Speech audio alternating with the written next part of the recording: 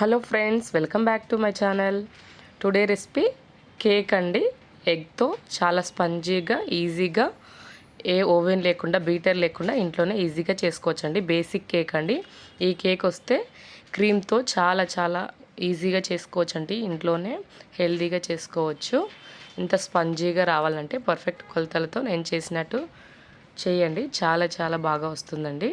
ఎంత స్పంజీగా వచ్చిందో చూడండి. ఓన్లీ మిక్సీ జార్ ఉంటే చాలండి. ఓవెన్ కూడా అవసరం లేదు, బీటర్ కూడా అవసరం లేదు. స్టార్ట్ చేద్దాము. ఒక బౌల్ తీసుకోవాలి కేక్ మిక్స్ చేసుకోవడానికి. ఒక కప్పు మైదా పిండి కానీ దాని ప్లేస్లో గోధుమ పిండి అయినా తీసుకోవచ్చండి. జల్లించుకోవాలండి. కొద్ది కొద్దిగా తీసుకుంటూ జల్లించుకోవాలి. ఏ పిండినైనా ఖచ్చితంగా ఇలా జల్లించుకోవాలండి. పిండి మాత్రం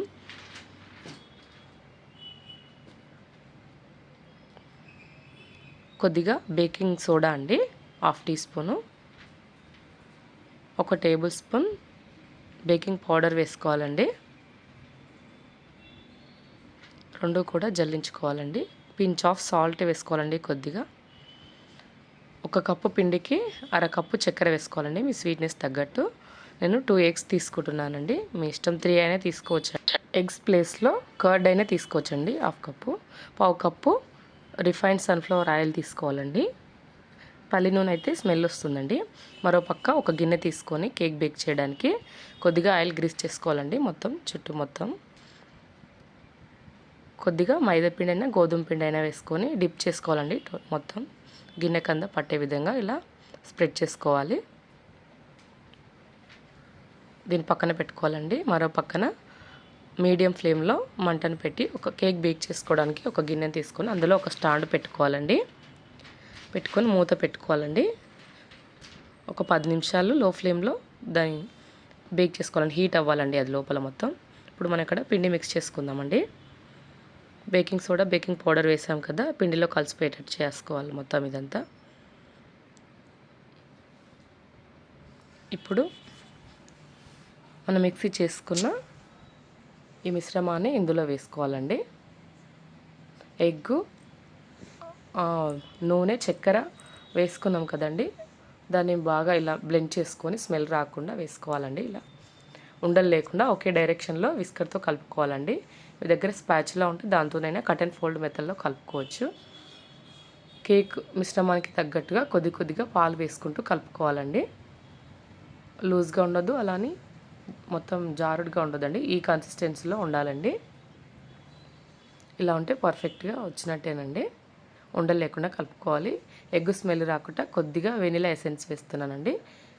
మీ దగ్గర లేకపోతే బాగా బ్లెండ్ చేసుకొని కొద్దిగా ఇలాచి పౌడర్ వేసుకోవచ్చండి, అంతే.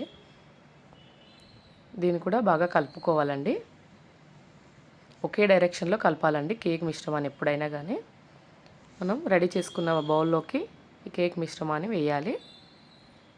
ఇలా మొత్తం వేసుకొని ట్యాప్ చేసుకోవాలండి దాన్ని ఒకసారి. ఇలా బబుల్స్ ఏం లేకుండా పోతాయి. మనం హీట్ చేసుకున్న గిన్నెలో ఈ కేక్ మిశ్రమాన్ని పెట్టాలండి. అంతేనండి. సైడ్కి తగలకుండా ఇలా మధ్యలో పెట్టుకోవాలండి. మూత పెట్టుకొని ఒక 30 నిమిషాలు బేక్ చేసుకోవాలండి. మధ్యలో ఒక 25 మినిట్స్ అలా తర్వాత చూస్తున్నానండి. మధ్యలో చెక్ చేసుకోవాలండి. ఇలా బేక్ అయిందో లేదో ఒక షాక్ తీసుకొని ఇంకా బేక్ అవ్వాలండి. ఇంకొక 5 మినిట్స్ అలానే ఉంచాలండి. చూడండి ఎంత బాగా పొంగిందో. మరొకసారి ఇలా చూసుకోవాలండి. ఇలా నీట్గా షాక్ వచ్చిందంటే పర్ఫెక్ట్గా బేక్ అయిపోయినట్టేనండి. అంతేనండి. కేక్ బౌల్ని తీసుకొని పక్కన పెట్టుకోవాలండి. పెట్టుకొని పూర్తిగా చల్లారనివ్వాలండి. దీని మీద ఒక కాటన్ క్లాత్ వేసుకొని చల్లారనివ్వండి. అంతేనండి. ఈజీగా డిమోల్ అవుతుందండి పూర్తిగా చల్లారాక. ఎంత స్పంజీగా చాలా చాలా బాగా వచ్చిందండి కేక్ మాత్రం. బేసిక్ కేక్ అండి. ఈ కేక్ వచ్చిందంటే మనం ఎలాంటి డిజైన్ అయినా వేసుకోవచ్చండి. ఎలాంటి క్రీమ్ అయినా తీసుకొని డెకరేట్ చేసుకోవచ్చండి. బర్త్డేస్ కానీ మ్యారేజ్ డేస్ కానీ. చూడండి ఎంత సాఫ్ట్గా వచ్చిందో. చాలా సింపుల్ అండి. ఇంట్లోనే పిల్లలకి స్నాక్స్ లాగా కూడా ఎప్పుడు అడిగినా మనం ఇలా చేసి పెట్టవచ్చండి. అన్నీ ఇంట్లో ఉండే వాటితోనేనండి. అంతేనండి. ఈ వీడియో కనుక మీకు నచ్చినట్లయితే మన ఛానల్ని సబ్స్క్రైబ్ చేయండి. ప్లీజ్ లైక్, షేర్, సబ్స్క్రైబ్ అండి. థ్యాంక్ యూ ఫర్ వాచింగ్ అండి. Thank you so much.